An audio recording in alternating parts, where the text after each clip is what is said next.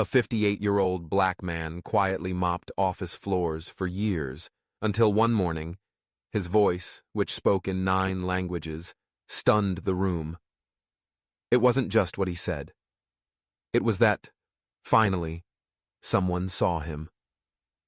On a Monday morning, so cold the city seemed to shiver in its steel bones, a janitor in cracked leather boots walked into a boardroom and rewrote the room's definition of value. He didn't shout, he didn't beg.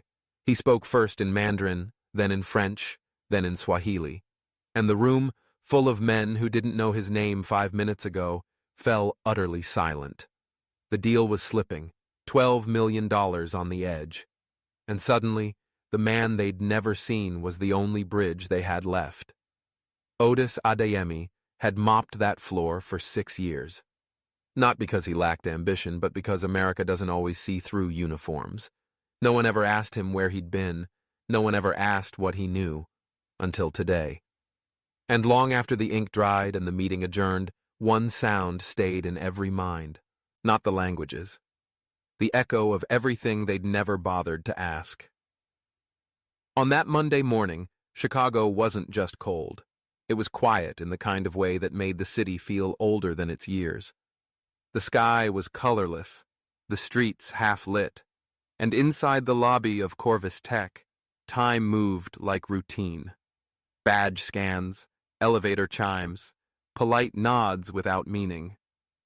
The building, a fortress of glass and steel, stood as a monument to progress.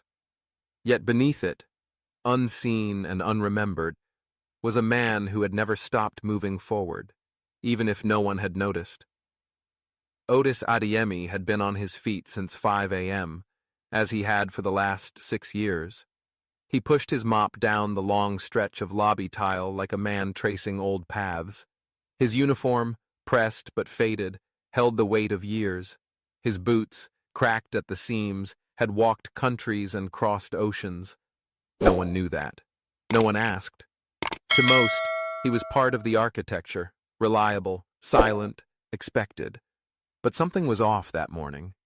There was tension in the air, not from weather, but from human friction. Tight-lipped glances, clipped footsteps. Otis noticed. He always noticed. It was in the way the receptionist's voice pitched higher than usual, in the way the blinds on conference room 4C had been drawn halfway, as if privacy itself had been rushed. Inside, the room buzzed with misunderstanding. 3 men sat on opposite sides of a polished oak table, one from Tokyo, one from Paris, and one from New York. Their mouths moved in English, but their faces didn't follow. The translator had yet to arrive, and the clock was ticking on a deal meant to expand the company's reach across 3 continents. But time wasn't the only thing running out. Trust was, too. Otis stood across the glass, watching through the reflection. His hands still held the mop, but his eyes held something sharper. Recognition. Not of the deal itself, but of what was happening beneath it. The erosion of connection, the loneliness of not being understood. He knew that loneliness. He had lived it not just in boardrooms, but in break rooms. In interviews, his accent often drew people's attention away. In silence, he'd swallowed every time someone called him boy, long after his hair had gone gray. Then came the moment, the phrase that cracked the surface. The executive from Tokyo leaned in, said something in Japanese, frustrated, urgent. The man from Paris replied sharply in French. The American, red in the face, misunderstood both of them. Words collided mid-air and fell flat to the table. And just like that, $12 million worth of strategy sat on the brink of failure, because no one could hear anyone else. Otis moved, not with haste, not with hesitation, but with the certainty of someone who had waited his whole life for silence to make space. He gently knocked on the door. 3 heads turned, none expecting him. "If I may," he said, voice steady, warm, and low. "Would it help if I translated until your interpreter arrives?" There was a pause, not of doubt, but of disbelief. Then, with effortless grace, Otis spoke. Japanese, French, English, back again. Not just words, but nuance. Not just tone, but trust. The room shifted. Tension softened. Arms uncrossed. Eyebrows lifted. For the first time that morning, the conversation wasn't just happening. It was working. Outside the glass, the lobby remained the same. Quiet, clean, humming with footsteps and phones. But inside that room, something irreversible had occurred. A janitor had walked in, and without raising his voice, reminded everyone that sometimes the most powerful language is presence, and the most fluent speaker is the one nobody thought to ask. The elevator ride was quiet, but it carried the weight of generations. Otis stood beside Nathan Collier, the CEO who, minutes earlier, had watched him rescue a collapsing international deal without raising his voice. Now, as the polished chrome doors slid shut, two men shared the same breath, the same space, but brought with them entirely different histories. Nathan wore his name on a plaque. Otis wore his on a fading tag clipped to a uniform that had never been designed to be noticed. When they stepped into the executive suite, everything smelled of leather and citrus polish, the scent of wealth made invisible by its constancy. Nathan gestured to a chair. Otis sat carefully, not because he was nervous, but because he knew these rooms weren't built for people like him. He'd cleaned too many of them. And he'd learned long ago that when your skin is black and your collar is blue, you are expected to enter only after hours and leave no trace. Nathan spoke first, his voice still adjusting to what he had witnessed. That was remarkable. I didn't know. Otis stopped him gently. Most people don't. There was no accusation in his tone, just the truth, worn smooth by years of swallowing injustice. Nathan leaned forward, elbows on the desk. Where did you learn to speak like that? Otis paused. Accra, then Oxford. I was a linguistics lecturer back home. Taught 4 languages, studied 6 more. Nathan blinked. And now? You mop floors. Otis smiled, not with bitterness, but with the patience of someone who had answered this question, in different forms, 1,000 times before. After the war, the university was shut down. I lost colleagues, friends, my brother. I came here to start over. My credentials didn't transfer. My accent opened fewer doors than I thought. So I did what I could. Security, janitorial, honest work, even when it stripped me of the identity I'd built. He looked toward the window. Outside, the skyline pulsed with life. Skyscrapers climbing over the past, pretending they'd never been born from struggle. I wore this uniform not because I lacked knowledge, but because I lacked options, Otis continued. And people see it. They see the mop, the badge, the skin, and they write the rest of the story for you. It doesn't matter what's in your head if the world's already decided who you are. Nathan sat back, words caught behind his ribs. He had built diversity programs, donated to community colleges, spoke often about untapped potential. But now, faced with the embodiment of all that he claimed to stand for, he realized he had never really looked. Otis didn't ask for sympathy. He didn't need it. What he offered instead was something much heavier: perspective. I didn't stop learning, he said. Just stopped being asked what I knew. The silence that followed was not empty. It was full of reckoning, of the invisible weight so many carry of the simple, aching fact that brilliance wears many uniforms, and not all of them come with ties. And somewhere in that stillness, Nathan Collier saw the truth. That dignity, fluency, and greatness had been walking his halls for 6 years, in shoes he'd never once noticed. The next morning, Otis entered the building the same way he always did, through the back service door. The air was thick with the scent of bleach and silence.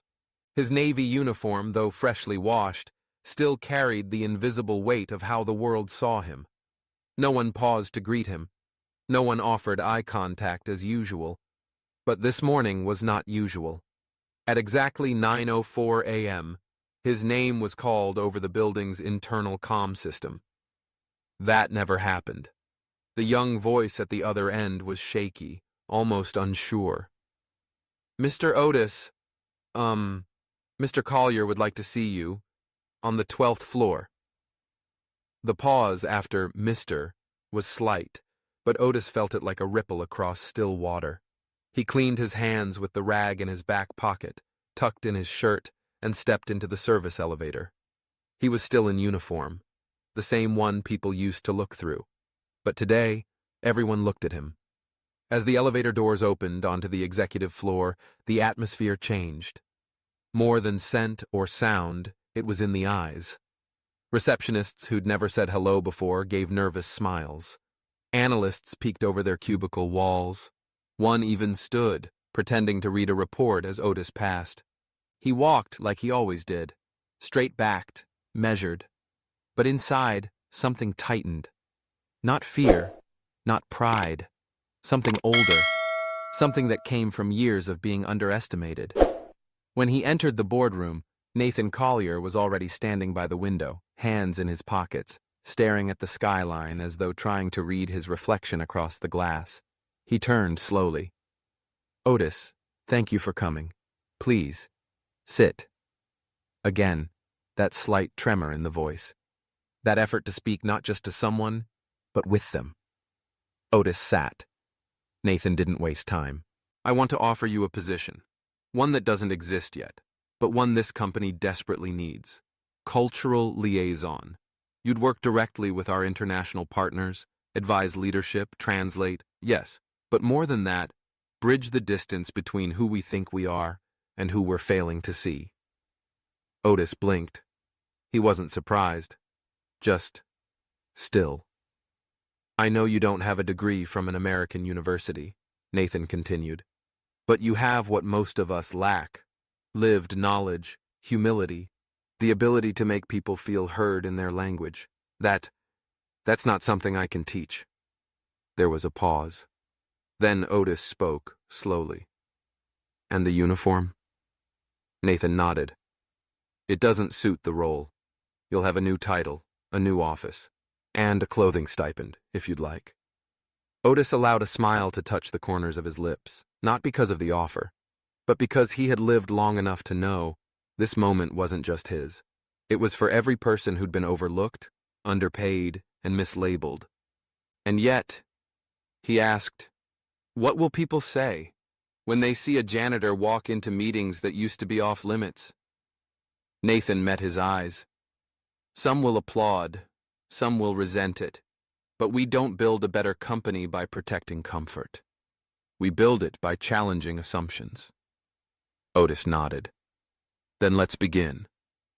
In that instant, the uniform still clung to his body, but not his identity.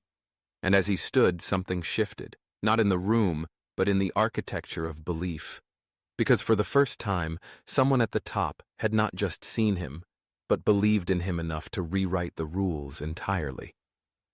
Otis arrived early on his first morning in the new role, not out of nerves, but respect. Old habits don't fade easily, especially when they've protected your dignity for decades. He wore a simple charcoal gray blazer over a crisp white shirt. It wasn't designed. It wasn't expensive. But it was clean, pressed, and his. A small, folded note sat in the inside pocket. His daughter's handwriting. "You earned every step of this." He stepped onto the 12th floor not as a cleaner, but as a colleague. Still, the hallway felt colder, not in temperature, but in tone. People noticed him now, but not in the way they did the CEO. They looked too long, whispered when they thought he couldn't hear. One man, a middle manager, barely nodded, then kept walking, muttering under his breath, "Guess it's that kind of world now." Otis didn't respond. He'd faced worse than muttering. But the moment sharpened something inside him, a truth many understood too well, that success doesn't silence prejudice. It simply changes its shape. At 10:15 a.m., He stepped into his new office. A nameplate had been affixed to the door. Otis Adeyemi, Cultural Liaison. Black lettering on brushed steel. Official. Clean. But it wasn't what caught his eye. Inside the office was his old janitor's badge. Someone, perhaps Nathan, perhaps no one, had placed it on the desk like a reminder. Otis picked it up and turned it over in his hand. The photo on it was slightly faded. He'd been younger, thinner, carrying more weight in his shoulders than in his frame. He didn't throw it away. He placed it in the top drawer, because he wasn't ashamed of where he came from. Later that day, his first assignment came through, a miscommunication with the firm's Dubai partners that had stalled a lucrative contract for 3 weeks. Otis read the translated documents. They were grammatically correct, but culturally tone-deaf. The language was too rigid, lacking warmth or context. He made a few quiet calls, sent a respectful message in Arabic, thanking the partners for their patience, clarifying intentions without apology but with understanding. Within an hour, the reply came back. The agreement was reinstated, and goodwill was restored. No fanfare, no applause. Just a deal saved by someone who, days earlier, was sweeping the hallway outside that very meeting room. That evening, Otis sat alone in the company cafeteria, sipping tea. An intern approached him cautiously, tray in hand. "Mind if I sit with you?" Otis smiled. "Please." The young man sat down, adjusting his tie nervously. "My grandfather was a janitor," he said. "Spoke 6 languages. No one ever asked him what he knew. Just wanted him to mop faster." Otis looked at him, eyes steady. "You ask him now?" The intern hesitated, then nodded. "Every chance I get." They sat in silence, not awkward, but full, generational. The kind of silence that bridges two people not through titles, but through truth. Otis sipped his tea again and said softly, "Then your grandfather raised you right." And for the first time that day, he felt the warmth of being seen, not just as a symbol, but as a story worth listening to. 2 days later, the long glass conference room shimmered in the morning light, yet the atmosphere inside was anything but warm. 12 department heads sat around the polished oak table, murmuring over stacks of translation drafts, contract amendments, and vendor complaints. Otis Adeyemi entered quietly, holding a folder close to his chest. Though he now wore a pressed blazer and slacks, some eyes in the room still saw the janitor uniform. Richard Langford, head of international operations, cleared his throat loudly, signaling everyone to focus. "Let's begin. We've lost 3 weeks negotiating with Dubai and the contract's still stalled. Any fresh ideas?" Otis spoke up, his tone calm but firm. "It's not about the contract. It's about how we're speaking to them." Langford raised an eyebrow. "Care to explain?" Otis stepped closer to the projection screen. In Arab business culture, tone carries more weight than terms. When our language sounds transactional and cold, it's not just inefficient, it's offensive. They're not rejecting the offer, they're rejecting the way we're delivering it. A few people exchanged surprised glances. Otis flipped to a marked-up document. "See here, Clause 7. Partnership responsibilities will be enforced." That's a legal phrase in English, but in Arabic it lands like a threat. I rewrote it to emphasize shared commitment and mutual dignity. Langford leaned back, skeptical. "You rewrote it?" "I did," Otis replied. "I also sent a courtesy message last night in Arabic, reaffirming our respect for their time and collaboration. They responded this morning. They're ready to sign." For a moment, the room froze. Then someone clapped softly. Then others followed. Even those who had doubted him now looked with a new kind of attention. Not pity, not novelty, just respect. Langford didn't clap. He tapped his pen. "Impressive, but don't think one win makes you indispensable." Otis didn't flinch. "I don't. I just think one win can open the door for more people like me. That afternoon, Otis found himself alone in the elevator, descending slowly. The day had been long, gratifying, yes, but heavy. As the doors were about to close, Nathan, the CEO, stepped in. "You turned some heads today," Nathan said, adjusting his tie. Otis nodded. "I'm not trying to impress anyone." Nathan smiled. "You're not. You're making people uncomfortable, in the right way." Otis looked ahead. Maybe it's time we all got a little uncomfortable. When they reached the lobby, Otis stepped out. But before leaving, he paused. "Nathan," he said, "it's not just about me. If there's one Otis in this building, there are more. We just stopped looking." Nathan's smile faded into something more thoughtful. "Then maybe you help us start seeing again." Outside, the Chicago wind was brisk, tugging at Otis's coat. But he walked slowly, deliberately, as if every step now echoed further than before. And maybe it did, because the most powerful kind of leadership isn't loud. It's the kind that moves people without ever raising its voice. The following morning, a memo circulated through Coralink's senior leadership Slack channel. Otis Adeyemi, to review international correspondence for all major client accounts moving forward. No fanfare, just a line of text that landed like a stone in a pond. By 9 a.m., the whispers had begun. In the 16th floor lounge, two mid-level managers, Diane from finance and Ellis from digital strategy, stood quietly by the espresso machine, talking low and fast. "I don't get it," Ellis muttered, watching Otis's name pop up in an email thread. "I've been here 8 years, and now I need his approval on my Tokyo drafts?" Diane sipped her coffee. "It's a PR stunt. Kellerman's just checking a box. Let it play out."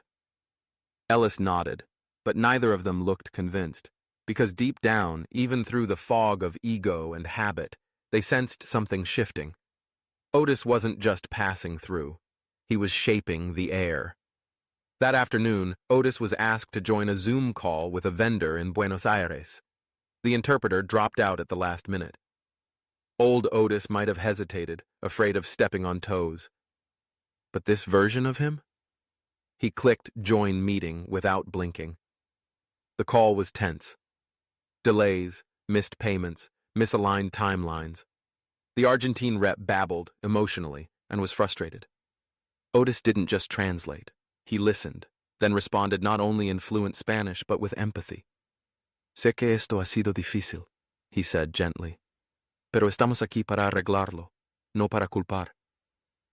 "I know this has been hard, but we're here to fix it, not to blame." The tension softened like a bruise beneath warm cloth. By the end of the call, a tentative timeline was reset. The vendor agreed to continue, and the rep smiled for the first time in weeks. Someone in the room on Otis's end muttered under their breath, "Damn." Later, while walking down the hallway, Otis passed by a group of interns in oversized lanyards and hopeful eyes. One of them, a young woman named Sarah, stopped him. "Mr. Adeyemi?" she asked nervously. "Just Otis," he said with a smile. She held up a notebook. "I read the internal memo. You speak 9 languages?" Otis chuckled.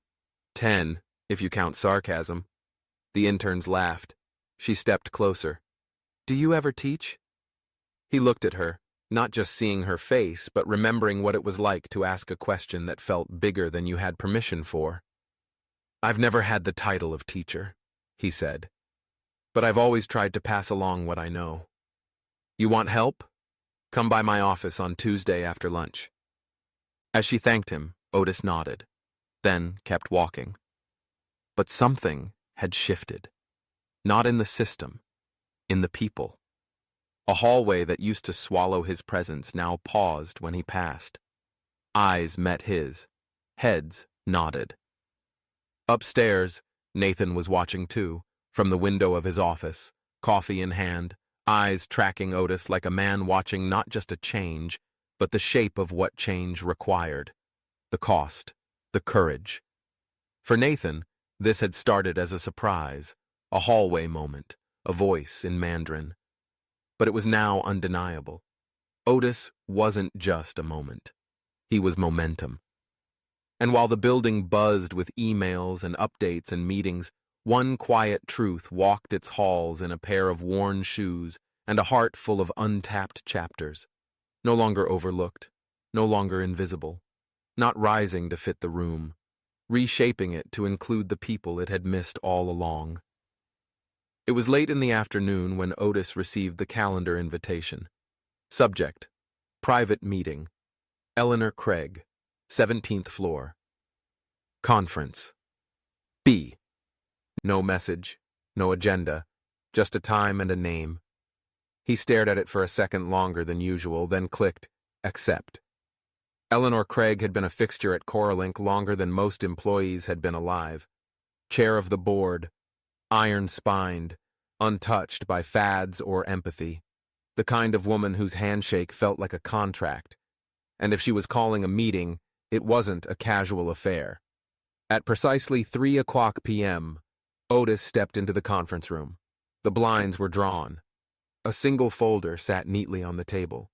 Eleanor didn't rise when he entered. She simply motioned to the chair across from her. "Mr. Adeyemi," she began. Her tone was neither rude nor welcoming. "Please sit."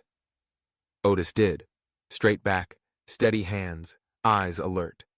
She opened the folder and began, "You've made quite an impression. There's been talk." Otis said nothing. She continued, "Let me be direct. You have no formal degree, no corporate certifications, and no background in executive management. Yet you're now reviewing high-level documents, advising teams, and, apparently, teaching interns?" Otis nodded slowly. "Yes, ma'am. That's accurate." Eleanor folded her hands. "I'm not here to debate your performance. You've been effective.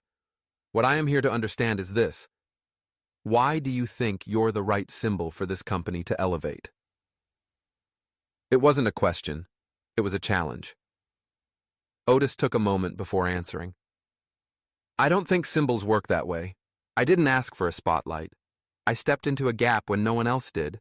I've done the work. I speak the languages. I understand the people, and I understand being overlooked, more than most." Eleanor's lips tightened. "That's noble. But corporations don't run on sentiment." Otis met her gaze. "No, they run on people. And if those people feel unseen, unheard, or replaceable, you lose more than morale. You lose your soul." Silence settled over the table like dust. Heavy, ancient. Then Eleanor closed the folder. "You're a gamble, Mr. Adeyemi." He gave a small, weary smile. "With all due respect, ma'am, so is every leader, until someone believes in them." She didn't respond, just gathered her papers and stood. "Good day." Otis watched her leave. The door clicked shut like punctuation. He didn't feel triumphant. He felt steady, like something inside had settled into place.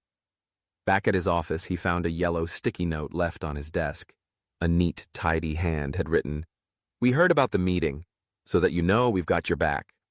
No signature, just quiet solidarity. That evening, as Otis walked through the parking garage, a young maintenance worker waved. "Mr. Otis," he called out. "You showed him today." Otis smiled. "I didn't show anyone anything, son. I just spoke up." He opened his car door, paused, then looked back at the building. Behind those walls, politics swirled, opinions divided. But something was spreading too, something more substantial. It wasn't just progress, it was permission. And for many who'd stayed quiet too long, that permission was the first breath of something they hadn't felt in years. Possibility. The sun had barely crested the horizon when Otis arrived at the building. The lobby was still half lit. The morning crew quietly rolling carts and wiping fingerprints off the glass doors. It was peaceful, the way it used to feel when he wore the uniform. Only now, he carried a briefcase instead of a mop, and people looked at him when he passed. Not at all kindly.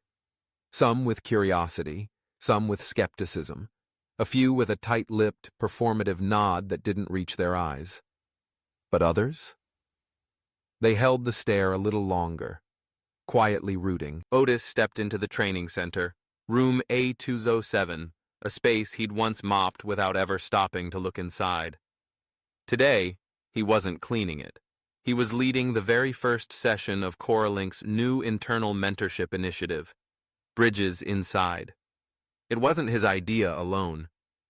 It had started with a casual chat with Nathan in the break room, then shaped by input from interns, floor managers, even a few janitors who still didn't know he'd once been one of them.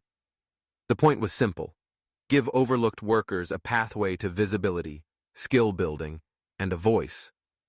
He adjusted the projector, clicked the remote, and turned to face the room. 10 people sat in front of him.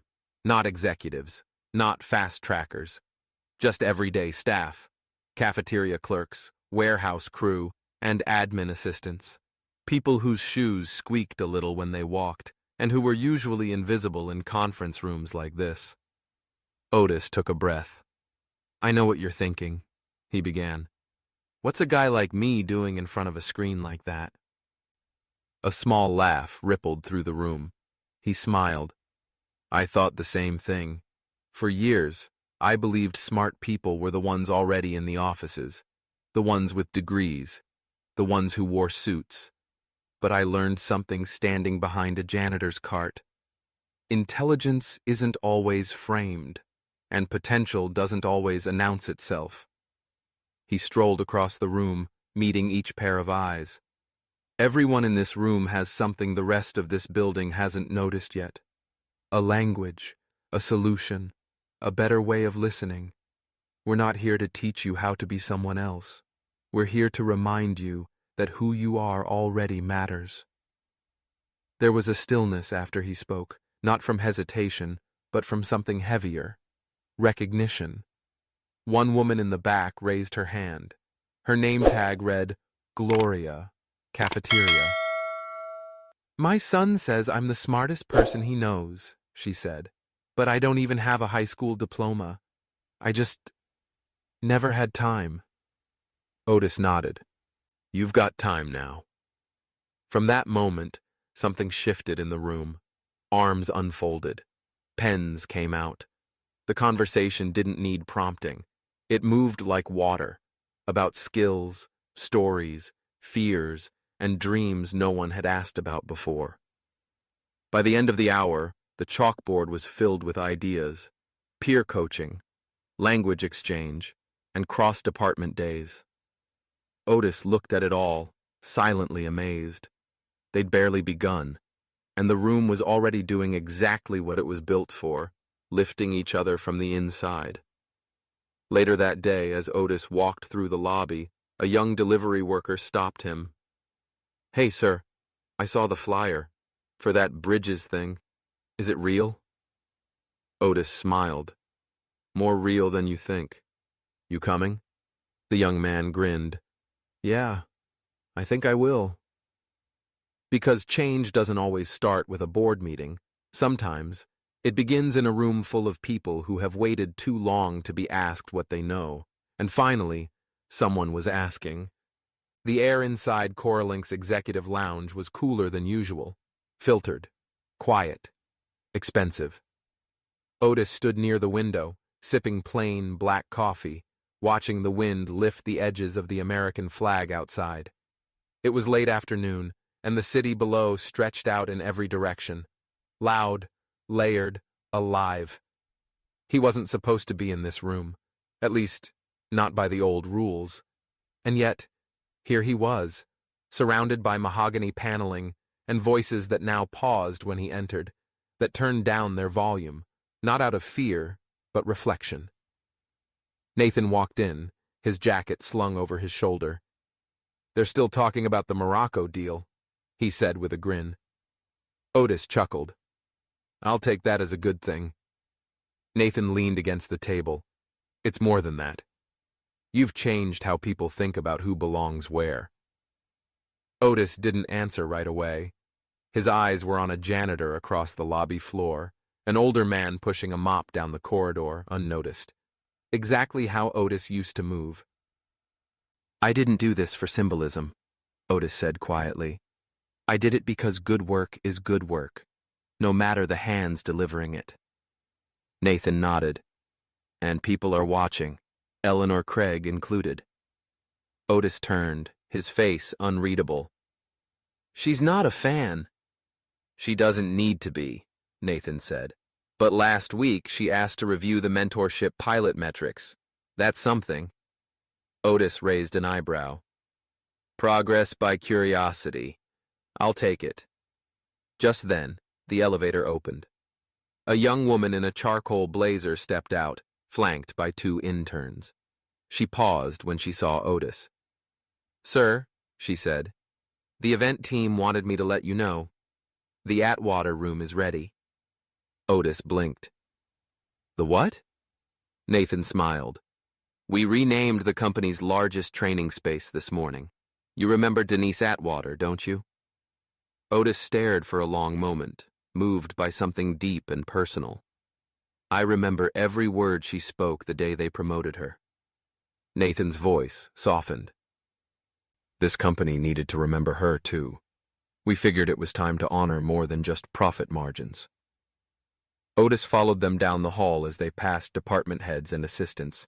More than a few people paused to greet him, some with surprise, some with warmth. No longer invisible. When they entered the Atwater room, Otis came to a halt. The room was elegant, but not lavish. The plaque outside bore her name in brushed steel. The quote underneath read, "You don't have to wear a title to hold value. You just need someone to see it." He felt the weight of that sentence settle in his chest. Inside the room, seats were arranged in a semicircle. At the center was a small, modest, and unadorned podium. But on the wall behind it, displayed quietly on a digital screen, were photos of Coralink's overlooked workers, people from maintenance, food service, and security. No poses, just faces. Honest, unfiltered, proud. Otis stepped closer. "These are the new hires for the mentorship program," the woman explained. "We wanted them to walk in and see themselves already framed on the wall." Otis gently touched his fingers to one of the images. A young man with dark eyes and an anxious smile stared back at him. "This," he whispered, "this is the first time some of them will be seen before they speak." Nathan watched him. "That's the idea." Otis took a breath, felt his shoulders relax, and turned toward the podium. It was time to give them not just a platform, but a mirror. Because dignity starts where recognition begins. The auditorium lights dimmed as the final notes of the opening piano faded into silence. The event was called Voices Within, Coralink's first internal recognition summit for employees whose paths had never touched the spotlight. Until now. Otis stood behind the curtain, straightening the cuffs of his shirt. It was an old dress shirt, nothing flashy, but freshly pressed. He didn't feel nervous, not anymore. What he felt was weight, the kind that doesn't crush you, but keeps your feet honest. When the host called his name, the audience applauded politely. Most of them didn't know him personally, just by whispers, headlines, and the company-wide emails that now included his signature next to the CEO's. But by the time he reached center stage and took the mic, the room had fallen still. He scanned the crowd. He saw suits. He saw janitor uniforms. He saw cafeteria aprons and high heels. And all of them are watching. 3 months ago, Otis began, voice steady. I was standing in the back hallway near the freight elevator. That night, someone left a sandwich on a filing cabinet and didn't come back for it, so I ate it. A chuckle rippled through the room. I wasn't hungry, he continued, smiling gently.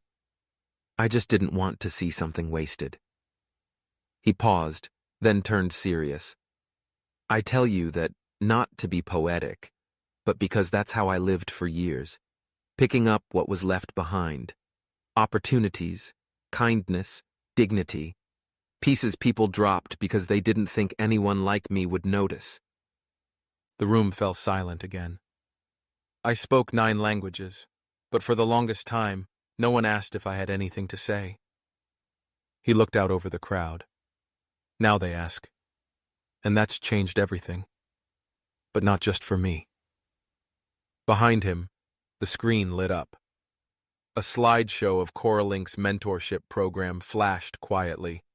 Interns shadowing department heads, cafeteria staff attending language classes, mechanics sitting in marketing meetings. Otis turned to glance at it, then back to the audience. "We always talk about finding talent," he said. "But maybe the problem isn't finding it. Maybe it's recognizing it in the first place." He stepped away from the podium and moved to the edge of the stage. "I didn't get here because someone took pity on me. I got here because someone paused long enough to see past the uniform." He looked down for a breath, then back up. "If we want a company, or a country, where everyone has a chance to rise, we need to stop judging value by the surface. We need to listen. We need to look." A soft voice in the audience said, "Amen." Others nodded. Otis offered a slight nod and closed with one last line. "If you've ever been overlooked, underheard, unseen, don't shrink. Don't wait for permission. Keep showing up. Because the right person, one day, will see you not as a janitor or a background worker, but as a force." He stepped back. The room rose in a standing ovation, not wild, not theatrical, but relevant.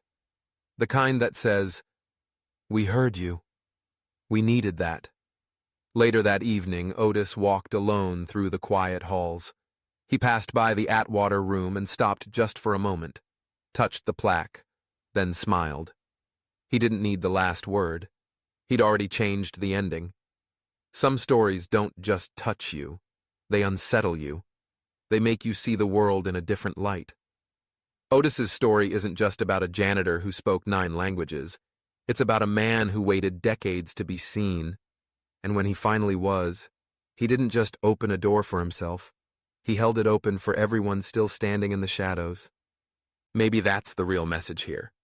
Greatness doesn't ask for permission. It just keeps showing up until someone pays attention. So ask yourself, who have you overlooked? Who might be sitting quietly in the background of your life, carrying a brilliance the world forgot to notice? Subscribe to our channel for more stories that don't scream, but stick. And if this story moved you, don't just scroll. Send it. Share it. Start a conversation because someone out there is still waiting to be seen. Thanks for listening. We'll see you in the following story.